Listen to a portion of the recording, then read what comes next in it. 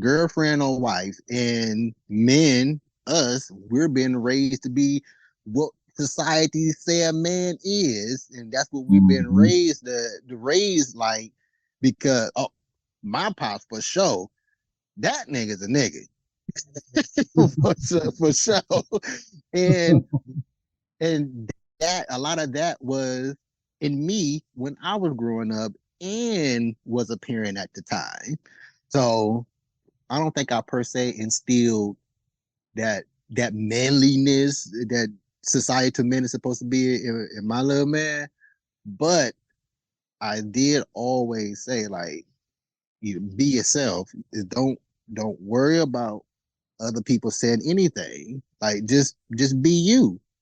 And I think that I think that is what gets later in life dug real deep down in the keeping it real pool because our kids, the survival mentality doesn't work the same way as it does in an adult.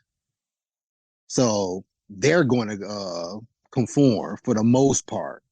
And even when they think they're not really conforming, they're somewhat conforming. Mm-hmm.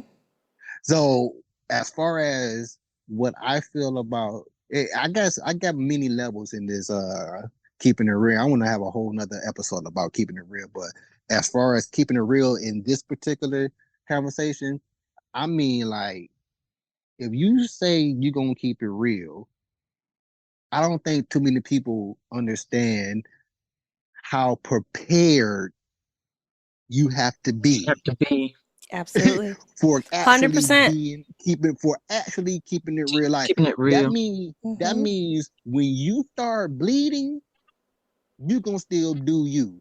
Mm-hmm. When you start feeling it, you gonna still do you.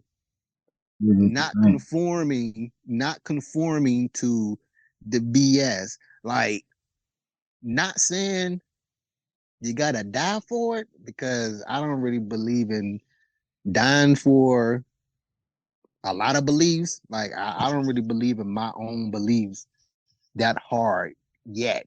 Again, not all of them, but I'm talking about. So here's a small scale of it. Cats who be like we talked about earlier. I keeps it real on my show, man. We keeps it real. You know, we be talking about the real. But then I'm this cracks me up so many times. I listen to their show and they're censoring themselves on their own show. They were actually say, hey, the R word, being afraid to say retarded Right. because of Now, the how real is that? platform. Because of that Exactly. word, yeah. Exactly, because Mm-hmm. how the word is used in society, but you not really understanding the meaning of the word actually for you to actually conform to that BS. But also at the same time, you're missing the part about when you say you're keeping it real Keeping it real. because you're censoring yourself on your own show, your Yep. own Contradictory. show. And a lot of it be because of the The censor platform is that not they're even on. censoring. Yeah. I like missed a big portion of this conversation, but as far as keeping things real, like two things pop up. It's like one, I, it's you can keep it real within your circle of people, but it's just too hard to keep it real because like you can keep it real, be yourself. Oh, I feel this Mm-hmm. way, but obviously with the sensitivity that's growing in our society, like it's just if the society or the people within it is not ready to keep it real. They might say they are, but like you say something that doesn't align with them, they throw a fit. And then also too, Can I would like to cut you off right there because I yeah, that portion right there, I think that's just a catalyst, an excuse that they use, a catalyst and an excuse that they use because like oh shoot, I forget where I was going. Well, I left out and took a puff. Dang, I could have did that, Jared. well, I guess I like forget for where I was that, it's going. I'm more of sorry. like I'm a sorry to cut you off. personal. Nah. No, it's Mhm. okay. It's more of like a personal, like love, like me being a real. I can be real, but like at times I feel like I have to hold it back a little bit, or I have to figure out who I'm because I have like dark humor, and that doesn't pass with everyone, or I have certain political views that doesn't pass with everyone. So I can stand by it, and when I'm comfortable with the people I'm comfortable around, I can express it. But I know like I can't necessarily do that with everybody. And as far as like platforms, going back to the marketing comment earlier, like I guess it comes down to like you have to like care about other people if you really want to get your message across, to like water it down a little bit. You have to be careful with the words you want to use, even if you're claiming to be real, because you're trying to get yourself out there.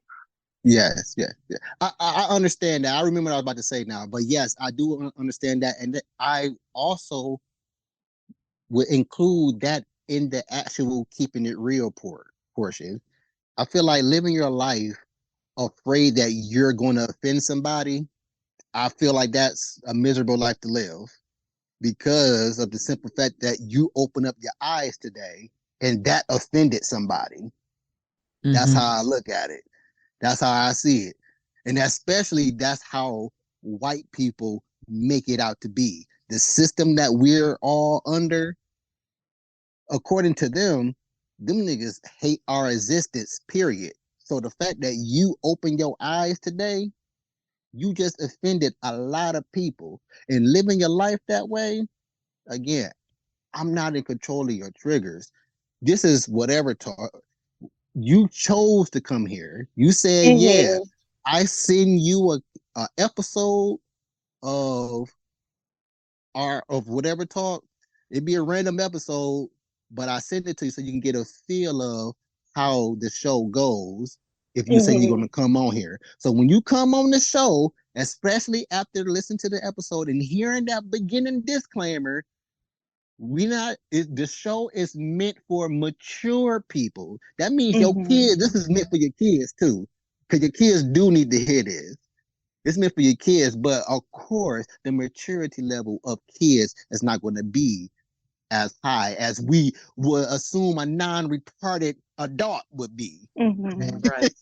But that's a Non-retarded. space that you're creating though, because like in personal life, like I mean, you should for real not live the life as like, oh, I don't want to like insult anyone, because it's Mm-hmm. not real, it's not true. But like for me, Exactly. like I like kind of bringing a heavy word into this, like suicide or whatever. Like I have a Mm-hmm. history with some of that stuff, but I can Mm-hmm. joke about that with some of my homies.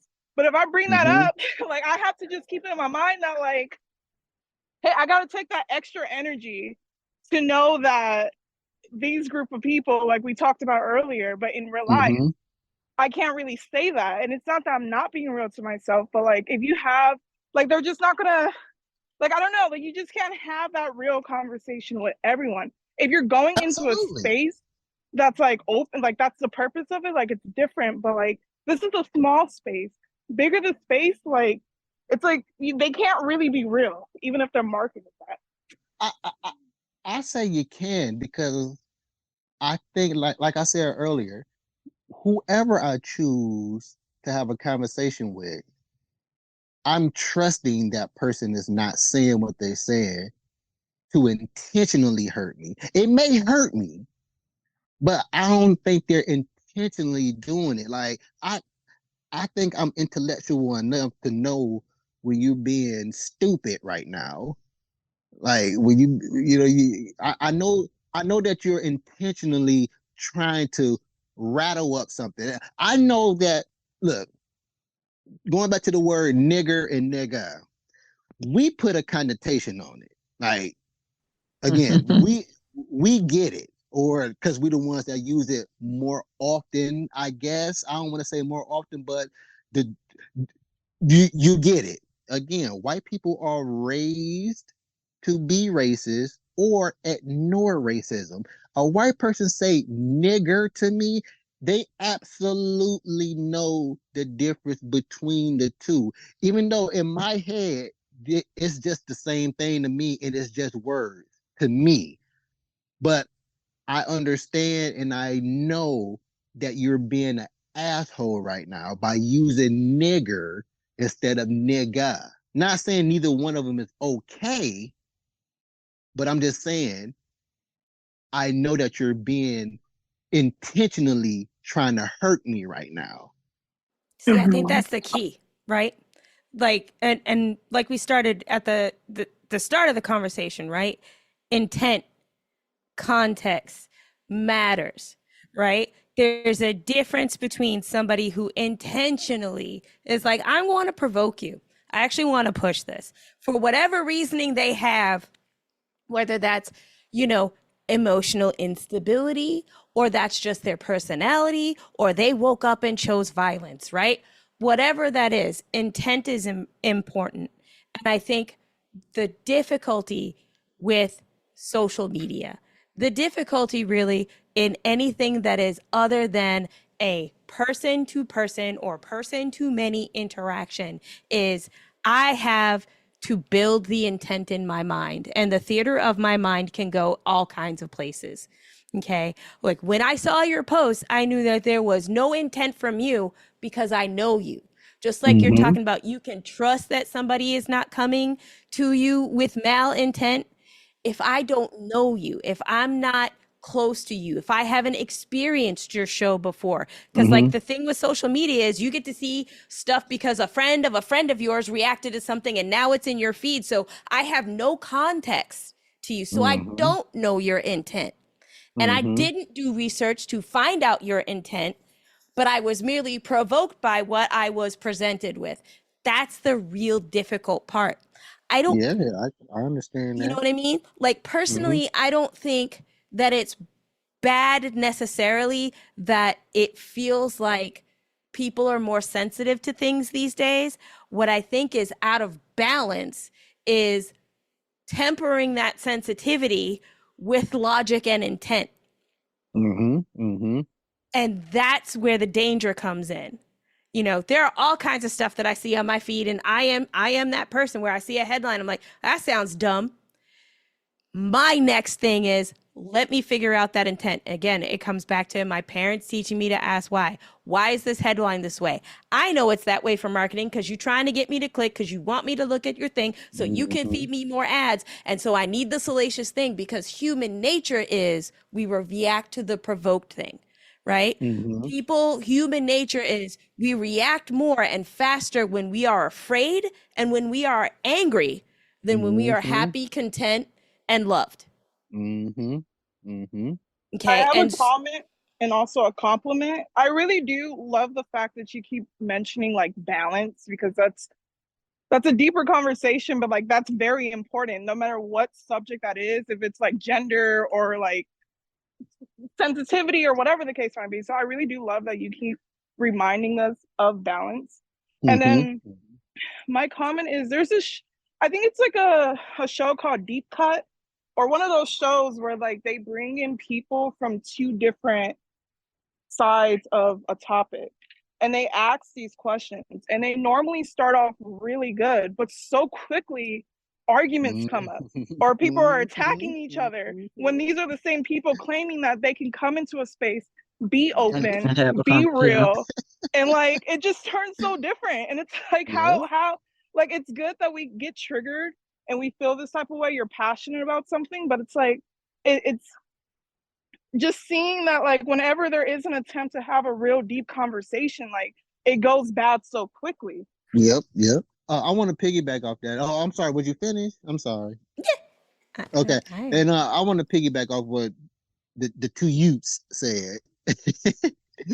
I'm glad that Obaasan mentioned the balance because I picked up on what you said as well. The emotional unstableness. I like to talk about that too. It's like I feel like I'm in control of what we call emotion control, and that's why that's part of one of the things that whatever talk has evolved into, and why I started saying that I would love to innovate conversation, innovate conversation, because I feel like you can't really have one if you don't have emotion control.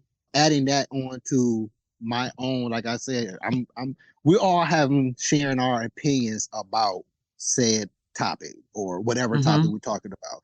We voicing our opinions. I think that's what emotion control within what we call a conversation, not a debate, not an